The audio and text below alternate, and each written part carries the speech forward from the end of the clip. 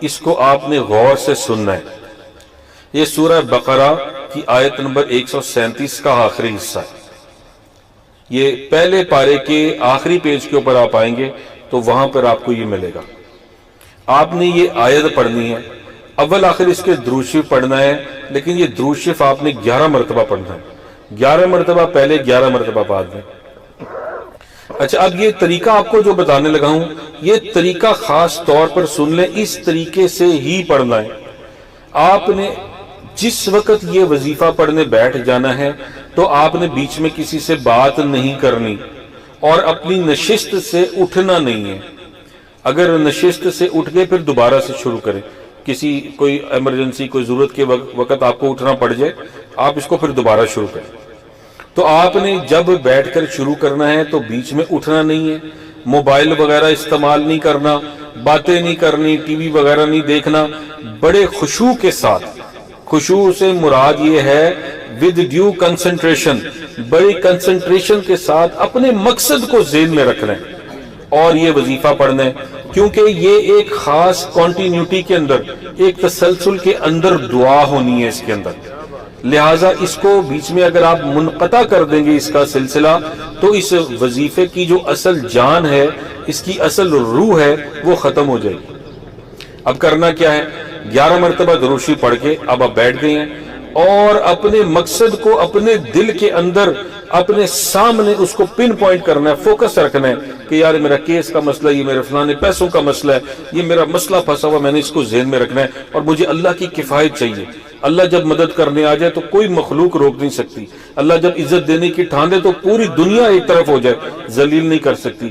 اللہ جب کامیاب کرنے کی ٹھان لے تو پوری دنیا مل کے اس کو ناکام کرنے کی کوشش کرے، انسان کو ناکام نہیں کر سکتی۔ اس بات کو ذہن میں رکھ کر، اللہ کے اوپر یقین رکھ کر آپ نے یہ آیت پڑھنی ہے۔ آیت کون سی ہے؟ فَسَيَكْفِيكَهُمُ اللَّهُ وَهُوَ السَّمِيعُ الْعَلِيمُ۔ یہ آیت آپ نے بغیر بات کیے خشوع کے ساتھ 171 مرتبہ پڑھنی ہے۔ کتنی دفعہ؟ 171 مرتبہ، 171 ٹائمز۔ فَسَيَكْفِيكَهُمُ اللَّهُ وَهُوَ السَّمِيعُ الْعَلِيمُ۔ اب جب 171 مرتبہ پورا ہو جائے، اٹھنا نہیں ہے، بات نہیں کرنی، اس کے آگے 30 مرتبہ انگلیوں کے اوپر، یہ انگلیوں کے پور ہے نا، یہ 30 ہیں، ان کے اوپر پڑھنا ہے۔ اب کیا پڑھنا ہے 30 مرتبہ؟ سن لیں۔ فَسَيَكْفِيكَهُمُ اللَّهُ وَهُوَ السَّمِيعُ الْعَلِيمُ بِحَقِّ یا حی یا قیوم۔ یہ 30 مرتبہ پڑھنا، 30 ٹائمز، اور انگلیوں پہ پڑھنا، اس طرح جس طرح نماز کے بعد تسبیحیں کرتے ہیں نا، اس پہ یہ 30 مرتبہ دونوں ہاتھوں کی انگلیوں پہ پڑھنا ہے۔ فَسَيَكْفِيكَهُمُ اللَّهُ وَهُوَ السَّمِيعُ الْعَلِيمُ بِحَقِّ یا حی یا قیوم۔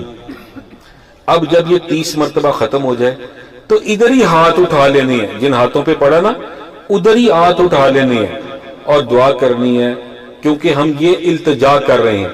فَسَيَكْفِيكَهُمُ اللَّهُ وَهُوَ السَّمِيعُ الْعَلِيمُ بِحَقِّ یا حی یا قیوم۔ اللہ میری یہ حاجت ہے اس آیت کے ذریعے، اس اسم اعظم کے ذریعے، کیونکہ یہ آیت کفایت اور اسم اعظم کا ملاپ ہے، آیت کفایت اور اسم اعظم کا مجموعہ ہے، تو یہ بڑی طاقتور ایک وظیفہ بن گیا کہ آیت کفایت کے ساتھ اسم اعظم ملا دیا، یا حی یا قیوم، تو یہ طاقتور ایک چیز بن گئی ہے۔